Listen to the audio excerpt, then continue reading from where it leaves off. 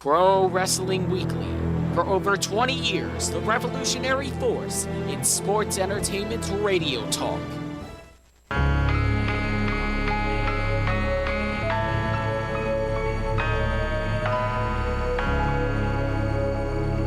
Is cooking.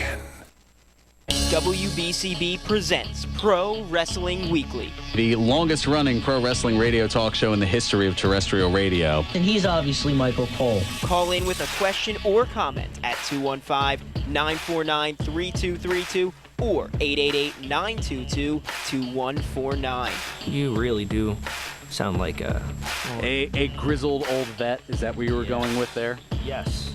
To not get you in trouble? Oh, I'll get in trouble at some point. Believe me, I'll do something. Well, to keep you out of trouble in this case, at least. And now here are your hosts of Pro Wrestling Weekly, Fearon Derry and Lucas DeSangro. Ooh, I'm getting good at this radio thing. Yeah. It only took you 5.5 years. I'm not good at it yet. I'm starting. Yeah. Only slightly. Slowest escalator upward. Shut up!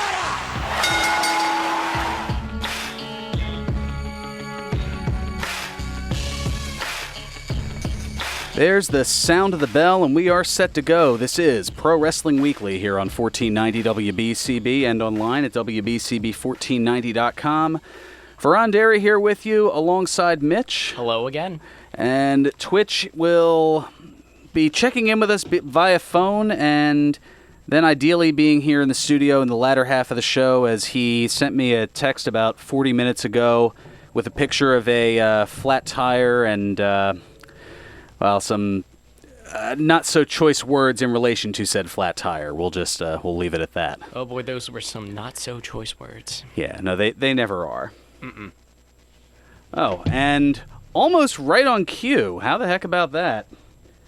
It's as if he knew we were talking about him or something. But joining us on the line, we have none other than our lovable cohort and second banana here in Twitch. Yeah, speak of the devil and he shall appear. So something along those lines. Yeah, I suppose. Yeah, I'm currently at the Pet Boys right now. I figured I'd provide you guys live coverage. Live coverage of your flat tire being repaired? Oh, yeah, no, because I'm going to try and the big question is, will I be able to make it to the studio before the show is out? And yeah, so in the meanwhile, you'll be here providing your expert analysis live via satellite. Yeah, until at least it's time for me to ring up the purchase with the tire. Oh, yeah. Yeah, you can't exactly vend and vent at the same time. Yeah, Ooh. No, you cannot. I didn't realize how brilliant that sounded until the words came out of my mouth. That's like a new saying. You can't vend and vent at the same time. Yeah. At least, well, maybe electronically you can vend, and that might be the way. I mean, yeah, just ask the boss bagel guy. Oh, look at you getting topical. Look, recent current events. I just got done watching Jim Norton and Sam Roberts do a breakdown of that entire video, and oh my lord, is that hilarious. It is one of the funniest things I think I've ever seen.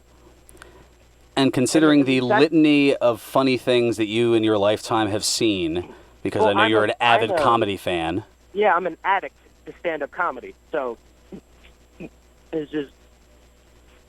But beside the point... Yeah, your retention, on the other hand... Yeah. Yeah, I went there. Well, something that I wanted to touch up upon from a couple of weeks ago, as it kind of flew under the radar of everything here, and we've glossed over a little bit of it previously, but our good friend Mr. Bray Wyatt. Yeah? He's been using the Firefly Funhouse to work out his past issues with different WWE superstars, including Chris Jericho and Randy Orton. Well, a couple of weeks ago, add to that list none other than the jabroni-beaten, pie-eating, trailblazing, eyebrow-raising, there's a whole bunch of other stuff, but it's only an hour show, People's Champ The Rock. Wow. Wow, just what I threw in there, huh? He called out The Rock? Well, The Rock had called him out first, going back a few years. So this actually is in relation to WrestleMania 32, when Wyatt, along with Eric Rowan and Luke Harper, had interrupted The Rock as he was announcing that WrestleMania attendance record, which was over 101,000. And The Rock referred to the Eater of Worlds as the Eater of Hot Pockets. Oof. and called his two cohorts. I can't say exactly what The Rock said, but it was something to the effect of Duck Dynasty inbreds. There's a little more to it that I can't quite repeat for verbatim.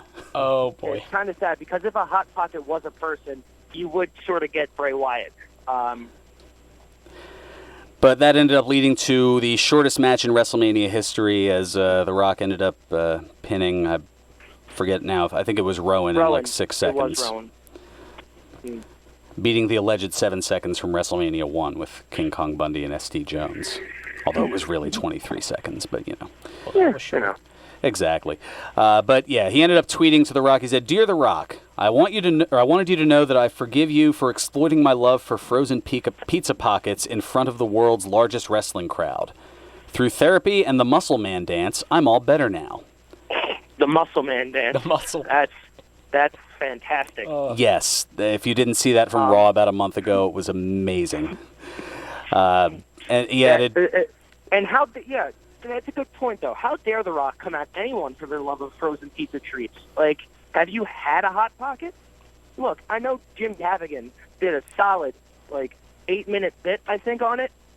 Or maybe it just felt like 8 minutes. But Hot Pockets are delicious and affordable.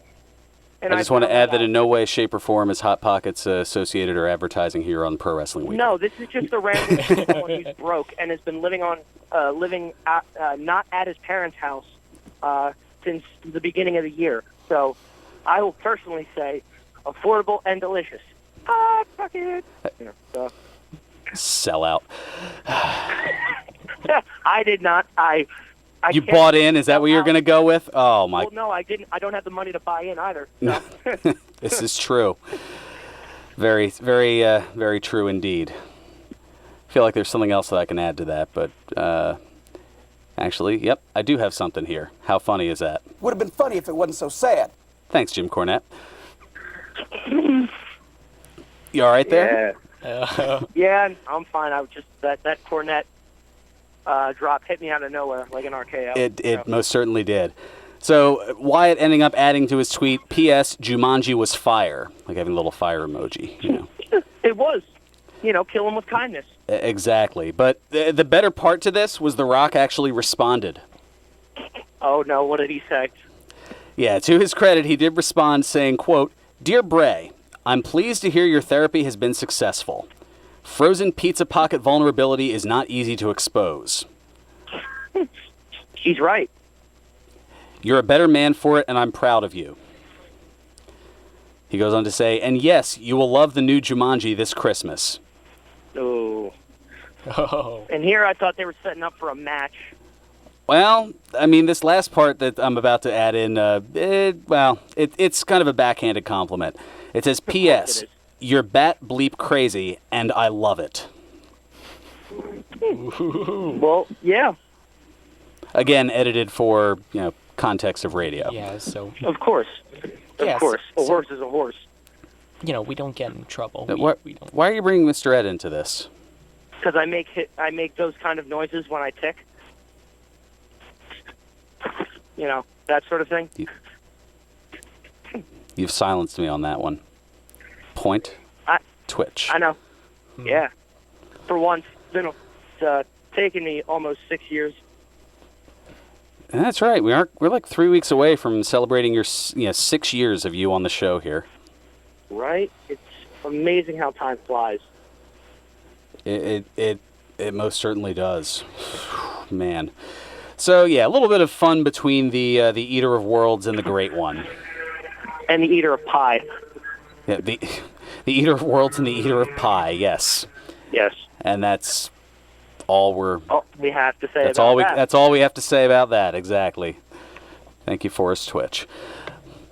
All right. So moving on, we talked a little bit about this last week. For the first time in 27 years, the ESPYs. You familiar with the ESPYs?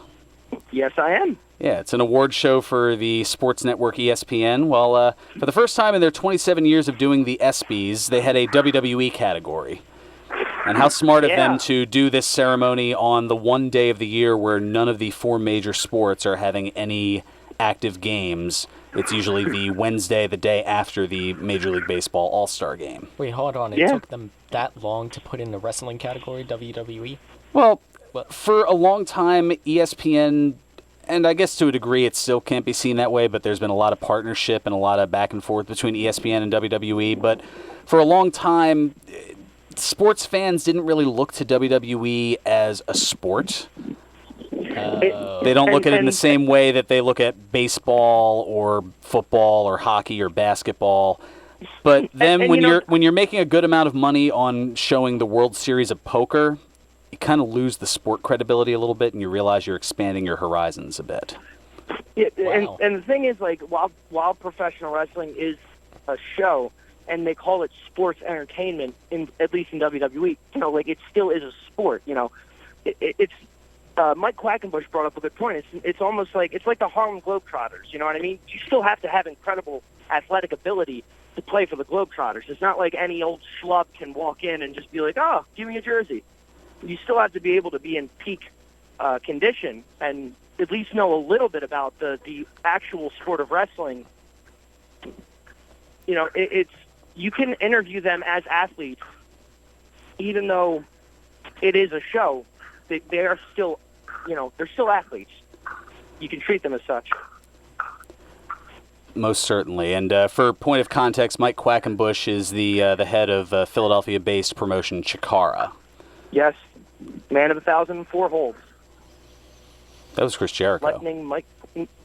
Oh. Well, Armbar. no, maybe 1,000. That was 1,000. yeah. He does go by the moniker the man of 1,000 and something holds. Not literally the man of 1,000 and something. I thought it was 1,004. Yeah, Chris Jericho was definitely 1,004. That was when he was going with his feud with Dean Malenko back in '97 or '98. I'm well aware. I thought that. I don't know. I feel like there is. He does go. Quackenbush does have a nickname though that's similar to that. So it's my fault. Fair enough. Just a little aside there. But, so there was a WWE category at the ESPYs, and fans actually took part in voting the best WWE moment over the past year. Now, there were 4 nominees. There was Ronda Rousey winning her first WWE Women's Championship at SummerSlam, which, she's got a sports connection, UFC, all that.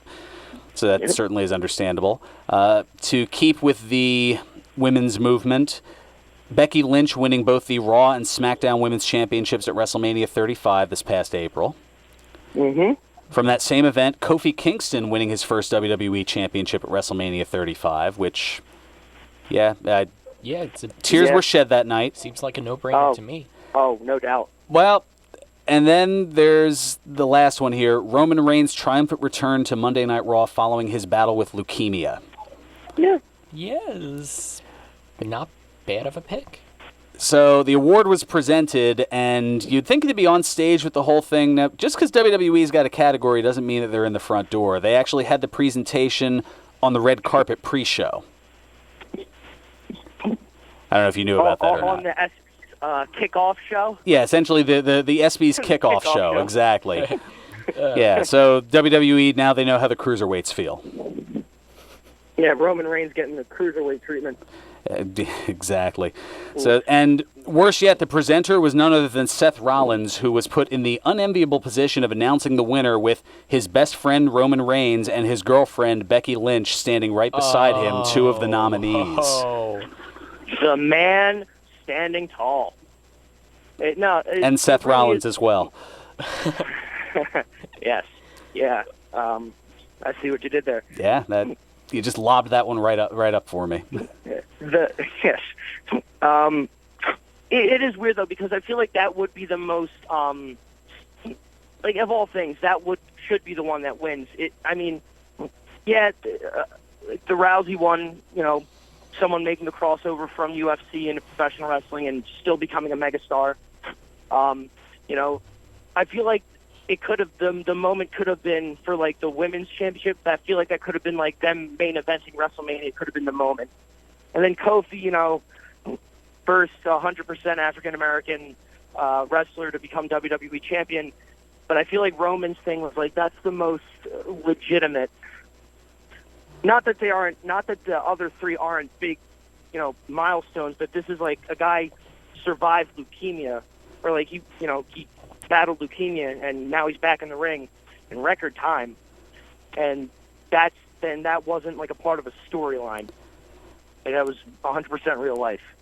Yeah, the others, the results are predetermined, whereas with something like leukemia or cancer in general, it isn't predetermined. Mm-hmm. And the thing is, though, like, not to take away from the other three, nominations, it just, yeah. Oh, absolutely. And to the surprise of no one, based on everything that we've said here, the winner was, of course, Ronda Rousey. No, it was Roman Reigns. There you go. Yeah, it was Roman Reigns. Rightfully so. Yeah, no, I had to have a little bit of fun with it. It was set up, swerve. You know how that goes. Yes. Bro. Oh, wait, no. He's the ultimate master of swerve. Good old Russo, that's his name. I was trying to, for some reason, drew a blank on Vince Russo's name. Go figure. Don't worry. WWE's been trying to do that for years. Whew. That's a little timely, but also not inaccurate. I know. Just a little bit. All right. Well, we've got to take care of our first bit of business here, and when we come back, we'll see if Twitch is getting any closer to checking out of the local repair shop there to see if he can get up here for the remainder of the show in person. We'll also talk about the not quite as famous pipe bomb that occurred this past week, since I know most people have been comparing this to. Most people have been comparing it to CM Punk from a few years ago, but we'll see how the big KO has to do with it. Also, I know we've been talking a little bit of sports. We'll also get into a little bit of the diamond, little baseball, as there's a little WWE involvement with that. Also, Brian, I hate to cut you off, but I do need to get. You got to go. Oh, look at that! You're going to go take care of it. All right. We'll see you on the other side, maybe. If not, we'll see you physically here at some point in the remainder of the show. Hopefully. All righty. So there goes Twitch. He's going to go. He was just told he has to go. They probably found other things that they're going to have to make the repairs go a little bit longer, and he'll be stuck there until well late into the afternoon, because that's usually how these things go. He's got to take care of business. A little bit. Little TCB. So we're going to TCB as well, and we'll be back with more Pro Wrestling Weekly here on 1490 WBCB and online at WBCB1490.com. Here's another What's It Worth Antique Minute. Limoges has been a very popular hard-paced porcelain for centuries and is still found in many homes today. But is Limoges a city in France or the name of a specific porcelain manufacturer? Surprising as it is to many, Limoges refers to the city of Limoges, France, where porcelain and china have been produced by literally hundreds of factories in and around Limoges since the 1700s. It does not refer to any individual manufacturer. The most recognizable Limoges name is Haviland, but there are many others you will probably recognize as well. The marking on the underside will usually tell you who the specific manufacturer was. What's it worth? Value will be determined by such factors as the manufacturer, age, shape, or form, whether it's hand-painted or transferware, color, design, and rarity. And condition is extremely important. A small chip or crack will usually render a piece of Limoges nearly valueless. Recently, there were more than 40,000 pieces of Limoges listed for sale on eBay on a single day, but most did not sell. Although some were selling in the hundreds of dollars and up, selling prices on more common pieces was often in the $10 to $75 range. Auctioneer, appraiser, and home downsizing expert Mike Ivakovich hosts What's It Worth? Ask Mike the Appraiser radio show. And you can tune in on Friday mornings from 9 to 10 on WBCB 1490 or on the internet at WBCB1490.com. All commentators heard on WBCB express their own views. Their opinions are not necessarily those of others on WBCB, including the staff and management. You won't see termites crawling across your floor, but thousands might be devouring the wood in your walls, weakening the structure of your home. For over 50 years, termite proofing and pest control of the Delaware Valley has been in the exterminating business. If you think you have a pest problem, they're the experts. Call them today at 215-639-5455. That's 215-639-5455 for TPPC. Termite proofing and pest control of the Delaware Valley gives your home or business peace of mind, knowing your pest problem is in their hands. Located at 1560 Bristol Pike in Bensalem, they use only EPA-approved material applied by licensed technicians. Call Termite Proofing and Pest Control of the Delaware Valley at 215-639-5455.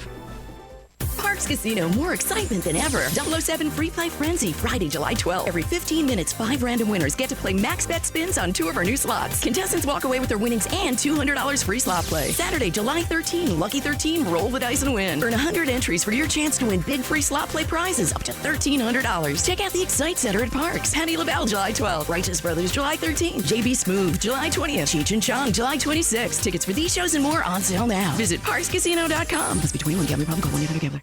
He's got the Luigi death stare from Fearon, so he might have to... I didn't give you the Luigi death stare. That's not true. breaking kayfabe. Breaking kayfabe. Gonna break something else during this commercial. There we go. That's what I like to see. And now, more Pro Wrestling Weekly with your hosts, Fearon Derry and Lucas DeSangro. Are we getting into that controversy again? I know how it feels, and it's not fun. Welcome back to Pro Wrestling Weekly here on 1490 WBCB and online at WBCB1490.com. Fearon Derry here with you alongside Mitch in again. studio, and Twitch we're still finding out about. Last we heard he is in the auto repair shop and looking to have the flat tire fixed, as he was en route to here when that happened, and he is still waiting on the paperwork at the checkout as of the last moment here. So we'll see. He'll probably end up rolling in here at like 12:58 just in time for birthdays and try to outstudge you for the line or something. Probably. That's usually how that goes. I'd like to see him try. Wow. Yeah. It is a sunny day and Mitch here is throwing shade. Amazing. All right, so let's shade wasn't the only thing that was thrown this past Sunday, as WWE wrestler Mike "The Miz" Mizanin, I know him from Miz and Mrs., the USA series, among other things. Well, he took part in the celebrity softball game that was held this past Sunday as part of Major League Baseball's All-Star Weekend. Now, the All-Star game and the festivities of the weekend were held in Cleveland, which is where Miz is from. So Miz was part of a Cleveland versus the world lineup. You're chuckling at that. A little bit. A little bit? Well, A little bit. Yeah, because of the All-Star game being in Cleveland. It's interesting. It makes sense. And his teammates included, I mean, these are all people who either played in Cleveland or are from Cleveland or otherwise have some sort of a tie to the city. 3-time Major League Baseball All-Star Carlos Baerga was part of the team, as was television host Dr. Oz. Yeah. I've heard of him. Yeah, I've heard of him. Mm-hmm. Also, comedian, game show host, and WWE Hall of Famer Drew Carey was part of it. You know, he's a big Clevelander. There's a big one. Although not as big as he used to be. He is considerably slimmed down.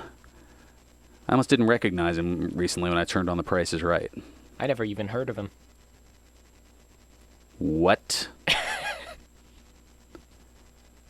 I think I need to have my brakes fixed after that one. So Drew Carey, he was part of Whose Line Is It Anyway, the longtime game show, or kind of improv comedy game show. Wait, back, and then he took over for Bob Barker as the host of The Price is Right, like 12 years ago now. My gosh. Yeah, doesn't ring a bell at all. We have some work to do. Oh, we don't have work to do after the show because I got to write over Goblet Stock. Darn it. I'll do the work myself. It's homework. It's homework, exactly. There you go. Also, Baseball Hall of Famer and former Philly Jim Thome. He played a lot of his years in Cleveland, but he was with us for a good little while. NBA guard J.R. Smith, who is just off the charts. Musician and actor Machine Gun Kelly. Yeah, this is a very eclectic mix, as well as, among others, former 6-time Major League Baseball All-Star Kenny Lofton, who was an outfielder. Now, their opponents, just some of them here representing the world. You had former New York Yankees outfielder Bernie Williams, Academy Award-winning actor Jamie Foxx. Really? Yeah, Jamie Foxx was a part of it. Three-time MLB All-Star and former Philly Ryan Howard, who has his retirement celebration tomorrow at Citizens Bank Park. Just saying, good way to go do a doubleheader of the Phillies at 1, and then right across the street, Extreme Rules, the WWE pay-per-view, which, don't worry, we do have our predictions starting to go wrong coming up a little later. Also, reggae recording artist Daddy Yankee. Yeah, I had to look up who that was. And actress Dasha Polanco from Orange is the New Black. Yeah, these celebrity things, you can get to an eclectic mix of people. It was like back in the day when MTV used to do the Rock and Jock competitions, where they would have various musicians and athletes kind of playing together in fun, various baseball, basketball, and otherwise games. But yes, highlights of the softball game included actor Anthony Mackie, who plays Falcon in the Marvel Universe movies. He waved a Jobu doll as he was introduced for the World Team, which is a little bit of a knock and nod to the Major League movie series. You know, Pedro Serrano and I was going to say this, Mitch. I know you look at all this as sport ball, so Yes, I'm not really a sport ball guy. The bells in my head, they aren't ringing.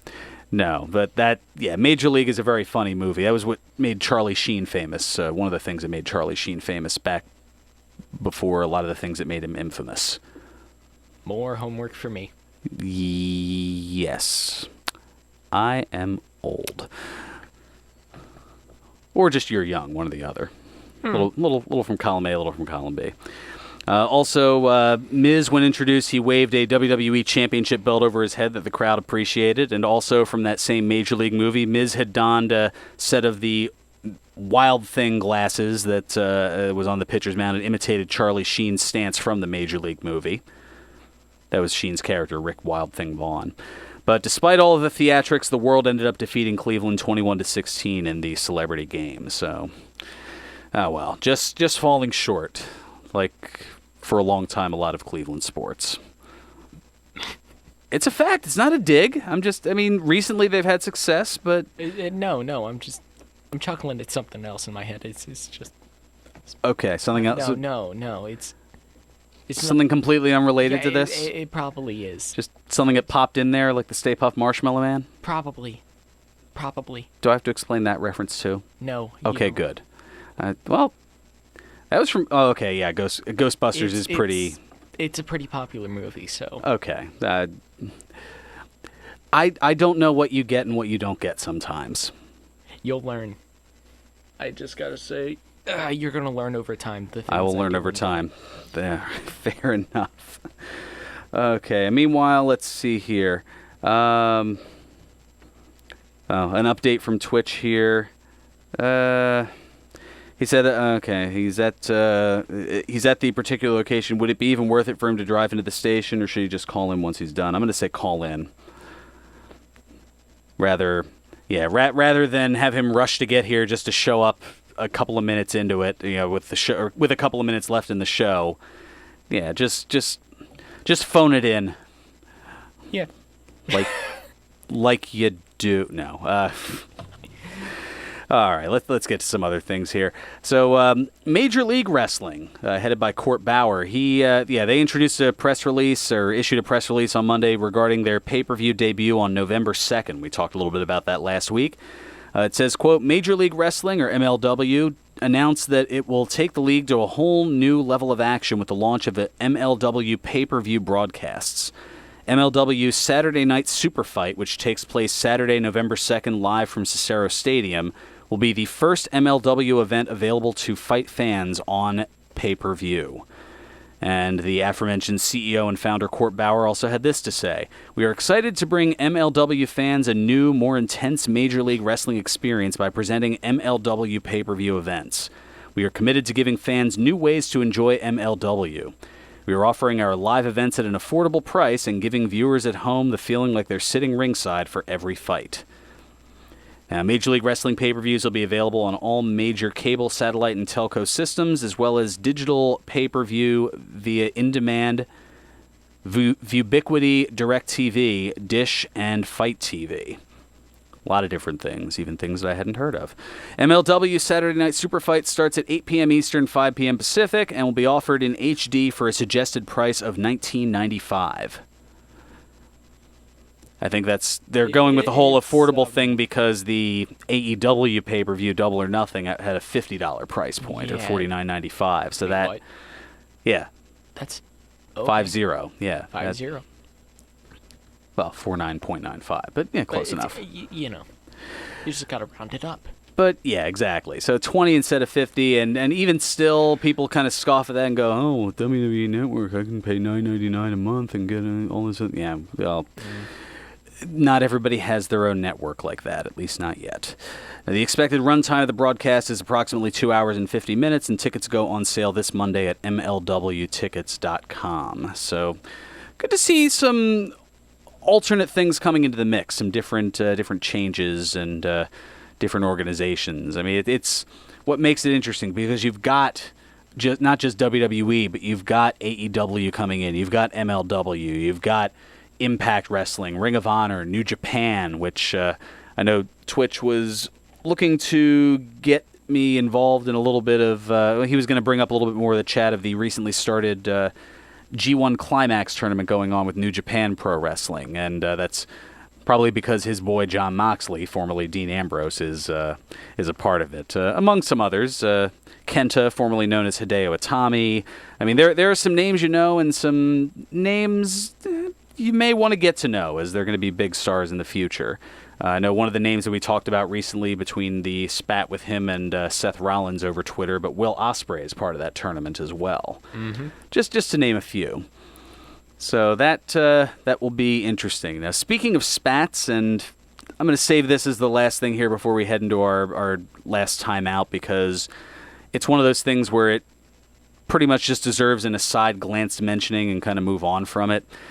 Yeah, so AEW's Joey Janela and former WWE star Enzo, this made the waves over the interwebs over the course of the past week. They got into an altercation with each other outside of a Lil Wayne Blink-182 concert. Like an actual fight.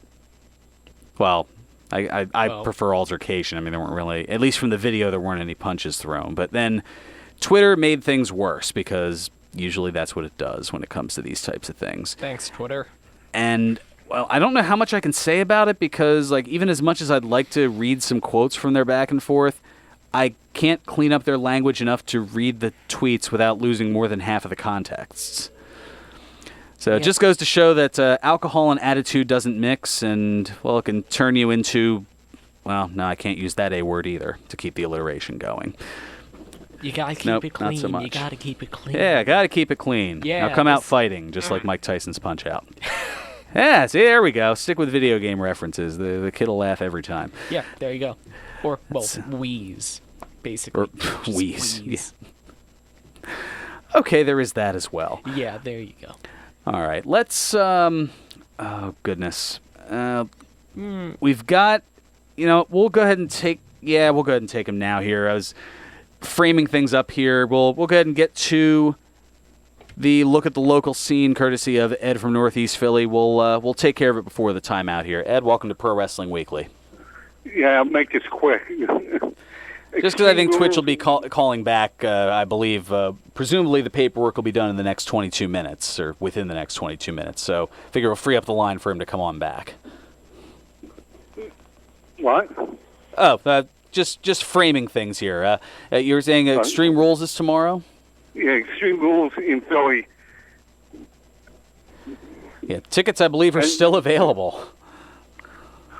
Yeah, I just got mine through Ticketmaster. Yeah, they were. That's a little concerning because usually Philly's a pretty popular to do. I mean, the fact that there are that many tickets still available the day before is a little concerning. I thought they were sold out, but someone told me they were still available as of this morning. Yeah, no, I were getting emails all week of like buy one get one free and me plus 3 promotions and things like that. Yeah, they're discounts where you buy groups of 4 tickets. So they've thrown some things out there. Yeah. Extreme Rules Party at the H2O Center, run by Bulldogs and Matt Tremont as well. Mm-hmm. For those who don't feel like making the trek all the way to the Wells Fargo Center. And I think this bar is in the I Play America complex. Game Time Bar and Grill in Freehold. I can't say I'm too familiar with it here, but They'll have a pay-per-view party for Extreme Rules as well.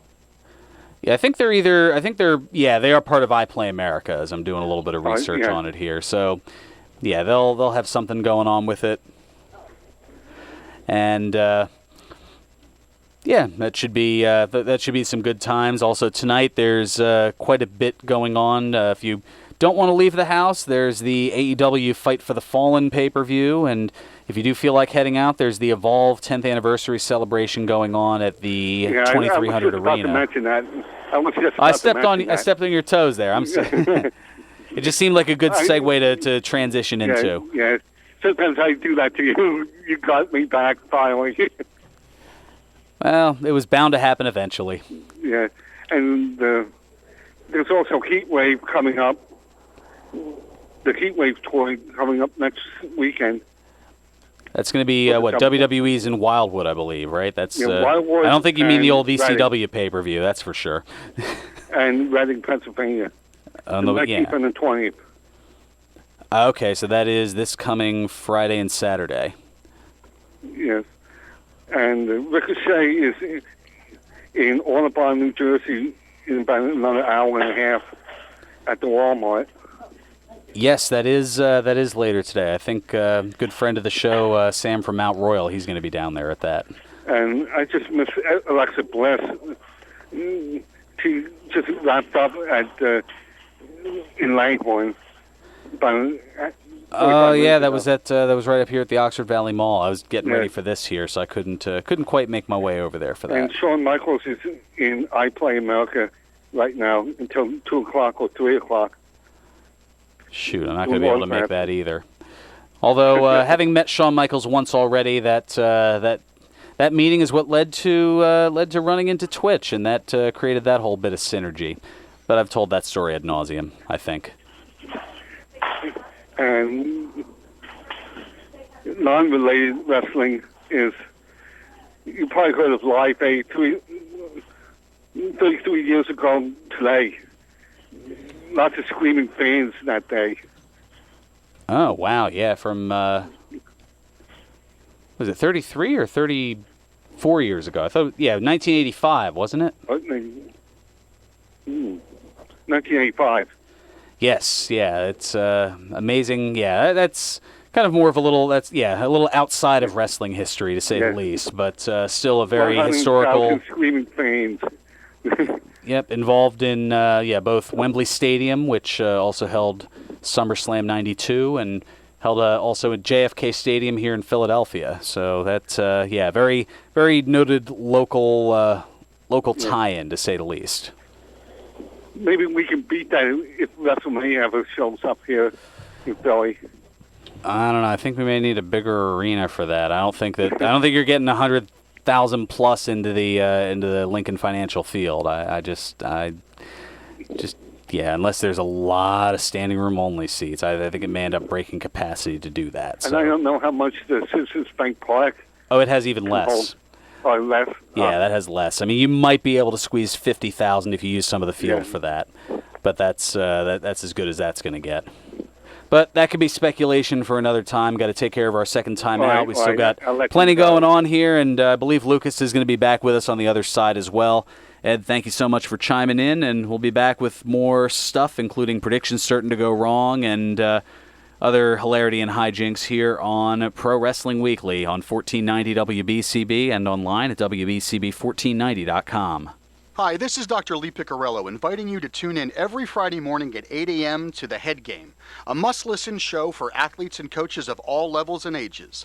Mindful Athlete Training in Newtown, Pennsylvania is a mental circuit training program that prepares the athletes to perform at the highest level of today's game.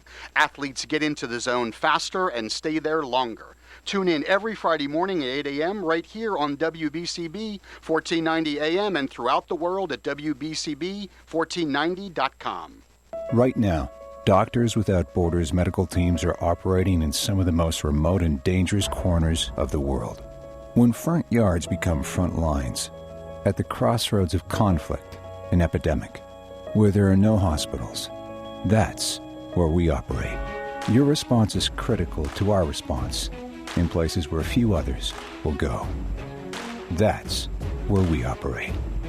Learn more at doctorswithoutborders.org. WBCB is starting its first ever Summer of Fun. Make sure the summer is a splash by tuning in to WBCB 1490 for your chance to win some free summer swag. Listen in Fridays between 2 and 3 p.m. to win cool gear and tickets for super fun activities in Bucks County. That's each Friday with Nick Gallagher for the afternoon drive from 2 to 3 p.m. for free summer swag, right here on WBCB. The life of a Philly sports fan is a wild ride. Some years we triumph, some years we trust. What never changes year after year is how we get to the game, shoulder to shoulder with our fellow fans on SEPTA. On the way to the tailgate, the tip-off, face-off, or first pitch, the Broad Street line takes us from our homes to our home fields and back again. Yeah, the life of a Philly sports fan is a wild ride, but win or lose, we ride together. Get your ride started at iseptaphilly.com. Pro Wrestling Weekly presents Today in Wrestling History, July 13th. On this date in 1996, ECW held its Heatwave Supercard. In the main event, Terry Gordy, Tommy Dreamer, and the Sandman defeated Brian Lee, Raven, and Stevie Richards in a Rage in a Cage 6-man tag team match. On this date in 1997, WCW held its Bash at the Beach pay-per-view. In the main event, Lex Luger and the Giant defeated Dennis Rodman and Hollywood Hulk Hogan. On this date in 1998, WWF Monday Night Raw aired live from East Rutherford, New Jersey. In the main event, Billy Gunn and the Road Dogg fought Kane and Mankind to a no contest. On this date in 2008, TNA held its Victory Road pay-per-view. In the main event, TNA World Heavyweight Champion Samoa Joe fought Booker T to a no contest. This has been Today in Wrestling History, July 13th.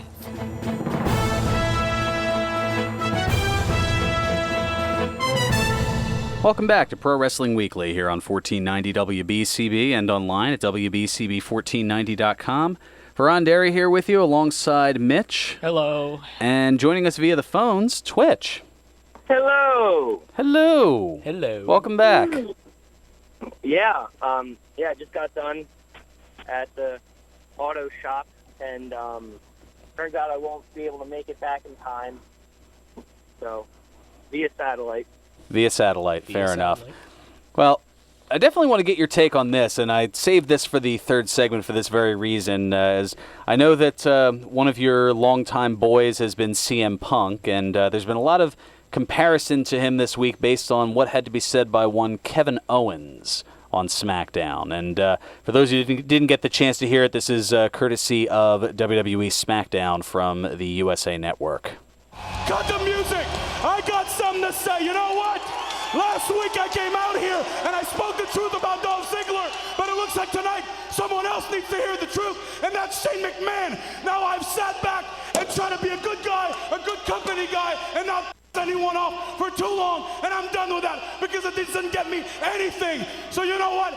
A while ago I watched the entire McMahon family come out in this ring and say, hey, right now, from now on, we're going to listen to the fans and give the audience what they want. But the only thing that's happened since then is Shane McMahon has gotten more power, more authority, and more TV time than anyone. And trust me when I say that nobody watching ever wanted that.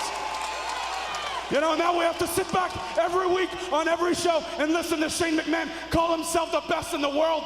And every time that happens, that makes me sick, makes me want to come out here and smash my head on this stupid table. Hey.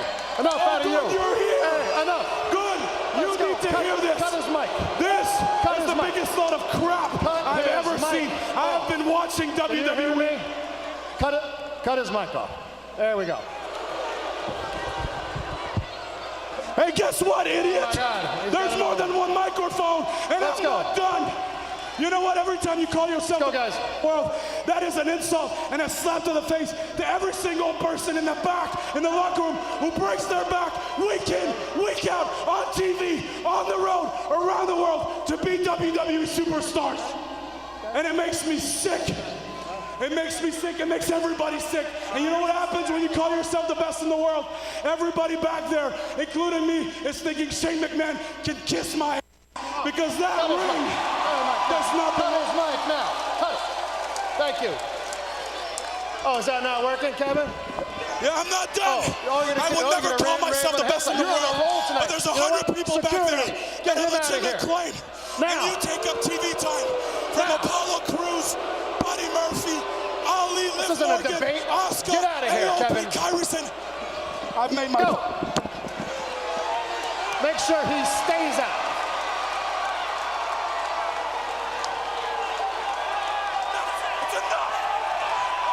In your language, au revoir.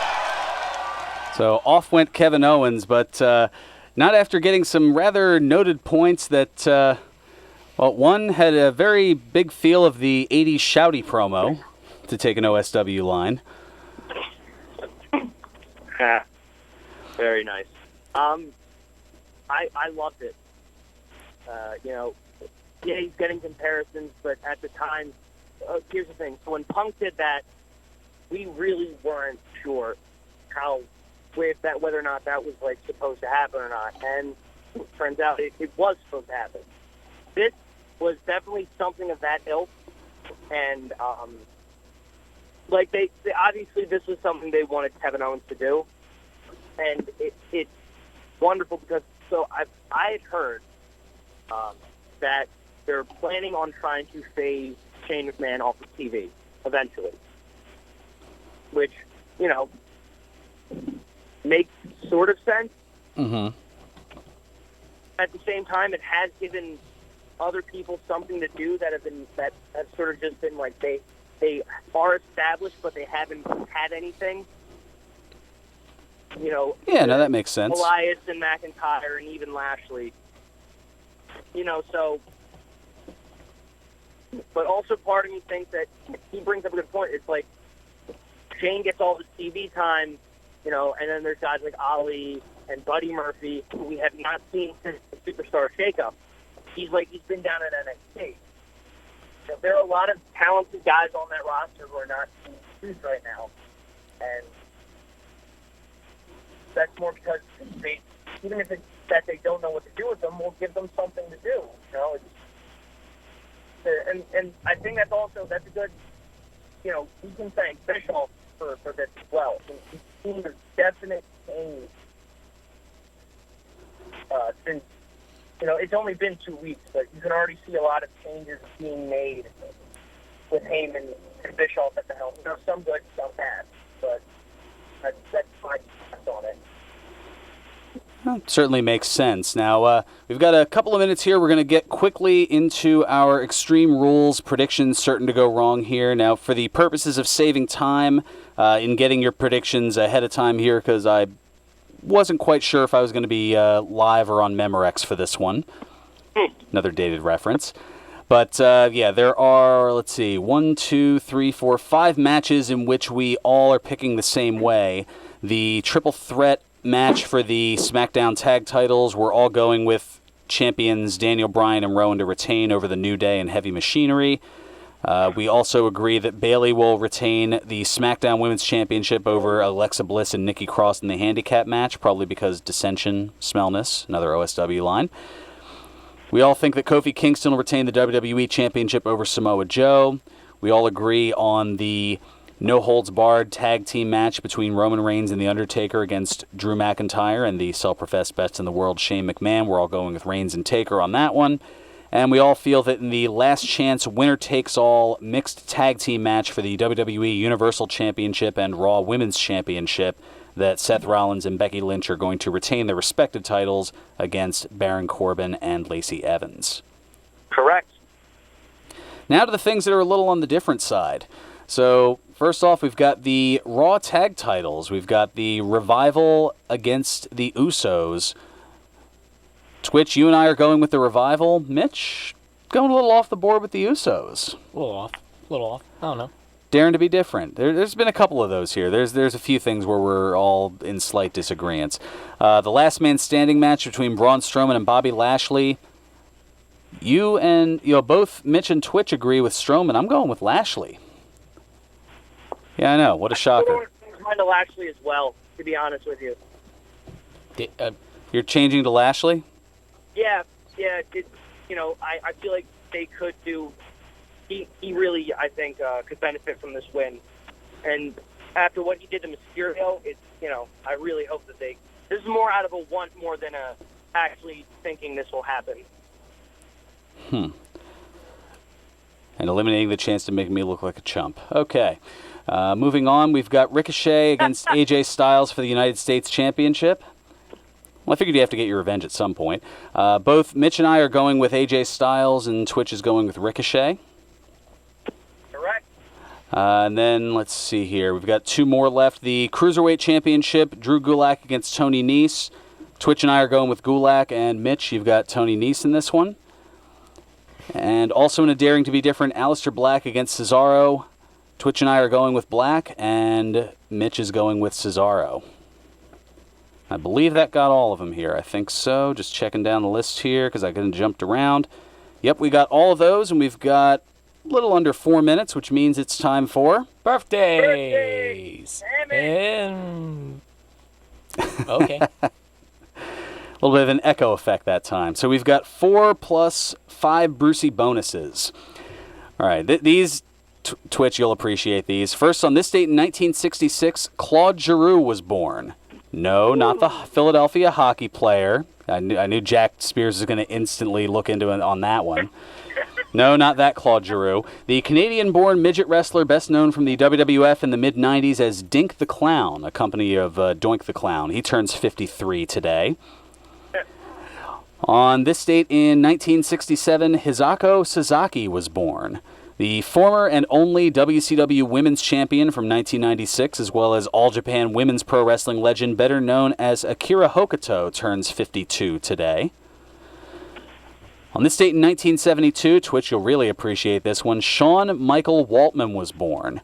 The former 4-time WWF Tag Team Champion, WWE Hall of Famer, WCW Cruiserweight Champion, and TNA X Division Champion known as Six, the 1-2-3 Kid, and best known as X-Pac, turns 47 today. He can, in fact, cut the mustard. Yes. And on this date in 1973, Dylan Keith Summers was born, the former Ring of Honor, Pro Wrestling Guerrilla, and Combat Zone Wrestling competitor known for competing in hardcore death matches and known professionally as Necro Butcher, turns 46 today. Woo! I love Necro Butcher. I figured you'd get a kick out of that. I'm a mental genius, too, believe it or not. And you're also going to appreciate the 5 Brucey bonuses that we have here, things from outside the world of wrestling. First, on this date in 1924, John L. Gilbert III was born. The longtime game show announcer best known for the last 35 years of opening each episode.